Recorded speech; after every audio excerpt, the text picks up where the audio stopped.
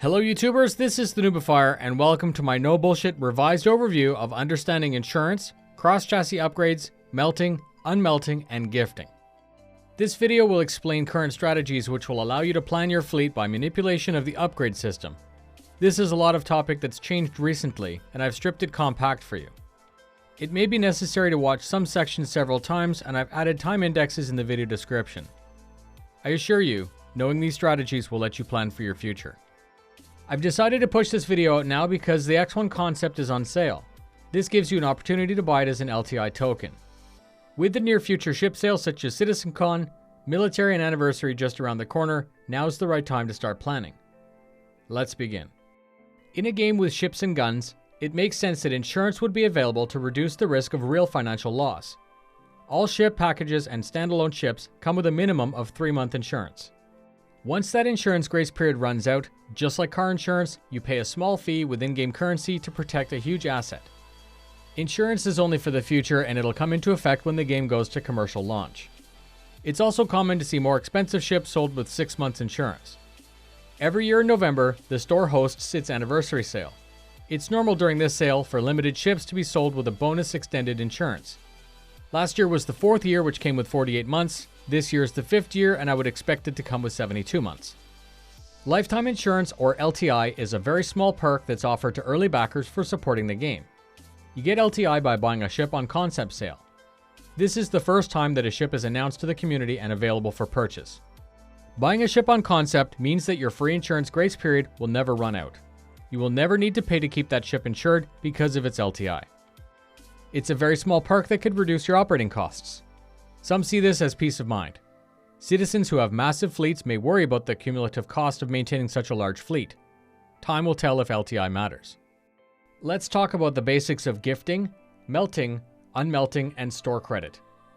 Any ship or ship packages originally bought completely with cash can be gifted once to another citizen.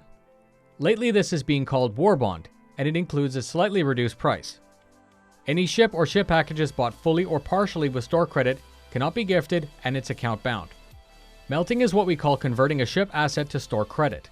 Just like melting scrap metal in a forge, you can reclaim all of your ships. You preserve 100% of the value when you melt all your items and convert them into store credit. You can use this store credit in the future to buy a new ship. You may melt as many times as you like without penalty, but remember that you need at least one game package to play. Unmelting is what we call restoring a previously melted asset from what's known as a buyback list. Most melts can be reversed from the buyback, with some exceptions including ships that are part of a special promotion, ships that included physical items, or more recently, to prevent exploitable situations. If you restore the asset with money, that restored ship will be giftable. If you restore the melt with store credit, that restored ship, just like before, is not giftable and once again account bound. 4 times per year, we're given an opportunity to unmelt once using store credit using what's called a buyback token. You'll see it as a yellow indicator in your hangar buyback section when it's available. Once you use it, you'll need to wait for it to be replenished. This token is set to restore again on the 6th of October 2017. Now let's talk about stockpiling or stacking ships for the future. With some simple planning, you can store a ship or two in your buyback if you're not sure whether it's right for you. Here's how that works. This week, for example, the X1 is on concept sale. You start by buying an X1. In 24 hours, you would melt it for store credit and then buy another one with that credit. If you repeated this for 1 week, you'd have 7 in melt back. This would give you the option in the future to buy a concept ship well after the concept sale. Let's move on to the cross-chassis upgrade system, known as the CCU for short. The CCU will let you upgrade any ship or ship package to any available ship of higher value. The upgrade must be higher in value and it must be currently available in the store. For example, you may upgrade a $90 Gladius to a $110 Hornet, but you may not downgrade that Hornet to a Gladius and store credit. The resulting CCU is based on the original package. When you upgrade a ship with a CCU, it retains 100% of the donor ship's properties. That means if the donor ship is a giftable ship, the upgraded ship is giftable regardless if you buy the CCU with credit or cash. If your donor ship has 3-month insurance, your upgraded ship will have 3 months insurance. This is where the LTI token comes in. If the donor ship had lifetime insurance, the upgraded ship would have that too. LTI token is the nickname we give to inexpensive concept ships. They are the P-72, the Argo, the Dragonfly, the Nox, and now the X1. Because these ships are below $50, you can use them to add LTI to practically any ship in the future. The wheeled ground vehicles such as the Ursa Rover and Cyclone do not CCU to ships, so they are not considered to be LTI tokens. The $0 or Flip Flop CCU is being phased out. Using the CCU system, it was possible to switch between any similarly priced ship that was available at will. These ships were the same price, so pilots could buy several switches in either direction for $0 and then apply them at will. Essentially, the citizen had bought two ships. The system was being exploited, which is why you may not have that option for new concepts in the future. CIGI have this suggestion. To prevent an exploit without penalizing a legit transfer, code in a 12-hour window to apply before the CCU deletes itself from the account.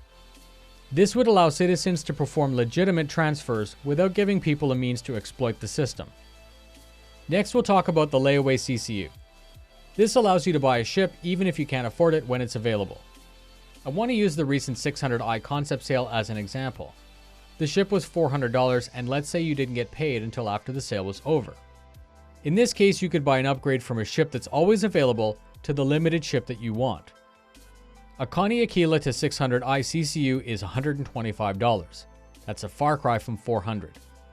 Even if you don't actually own an Aquila, you could buy the CCU and hang on to it for later. Because the Aquila is always on sale with 6 months insurance, you could buy one and apply the CCU when it suits your needs.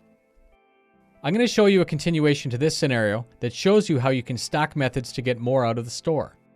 Let's say that you wanted that 600i with LTI instead of the 6-month insurance. All you need to do is add one more step. Buy an LTI X1 and then buy an X1 to Aquila CCU. Now your donor Aquila will have lifetime insurance instead of 6 months, and because of that, your final jump from Aquila to 600i inherits the LTI. In closing, I'd like to ask a question. Do you think it's really important if a ship has 3-month or lifetime insurance? No, probably not. We've been told for years that LTI will end up being an insignificant perk that won't even matter. Some people are just OCD, and even if it won't make a difference, if it costs nothing more to get LTI, then it's kind of understandable if you make some swaps and some upgrades to get it on your fleet. My goal today wasn't to help you circumvent any rules. It was to show you how to use the system that we've been provided to your benefit. I hope this updated overview clearly explains how you may plan for your fleet. If you have any questions after this video, please ask me in the comments or use the noobifier Facebook page that's linked up for you right now. If you like the video, please link it to friends and new org mates to quickly explain this complex topic. Fly safe, and I'll see you in the verse.